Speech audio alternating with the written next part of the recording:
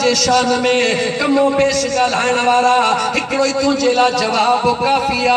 मुझे इमाम हसन सुणे हज़रत अमीर मुआविया जे हथ ते पैयत कई आ या कान कई आ, जवाब ॾे। जेकॾहिं जवाब हा में आ त पंहिंजे ज़ुबान खे चओ लगाम ॾे। जेकॾहिं जवाब हा में आ यकीनन हा में आ, पर तो में जुरत कान थींदी जो ईअं चए त इमाम हसन डिॼणो हो। अलीअ जो खून कॾहिं डिॼणो थी नथो सघे। शेर खुदा जो खून कॾहिं बि ॻाल्हि शेर खुदा जो खून कॾहिं बि डिॼणो नथो थी सघे। जेकॾहिं अहिड़ी सोच तुंहिंजी आ त पोइ इमाम हुसैन नंढो आ। सुनो इमाम हसन गाला इमाम हसन छॾे मुझे इमाम हुसैन जे साम्हूं कंहिं इमाम हसन सुणे जो रुॻी थोरो सख़्तीअ सां ज़िक्र कयो।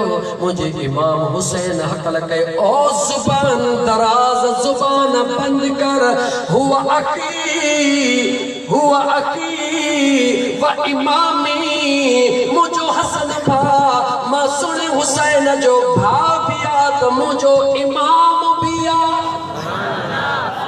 जेके मुझो सुनो हुसैन पंहिंजो इमाम सदे उन सां जेकॾहिं बुग़्ज़ रखी त कसम ते पैदा कंदड़ जो ॿुधा जन्नत में वेंदे या रोड ते धिका खाईंदे, जवाब ॾे।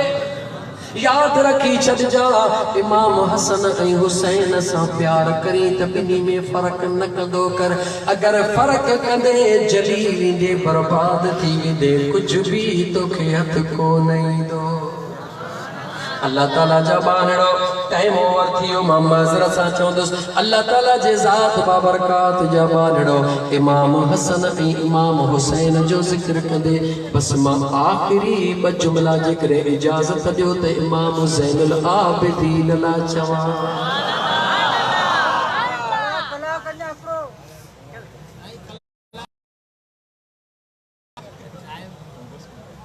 हर माण्हू पंहिंजे वाइदे जो खुद जिम्मेवार। मां भी पंहिंजे वाइदे जो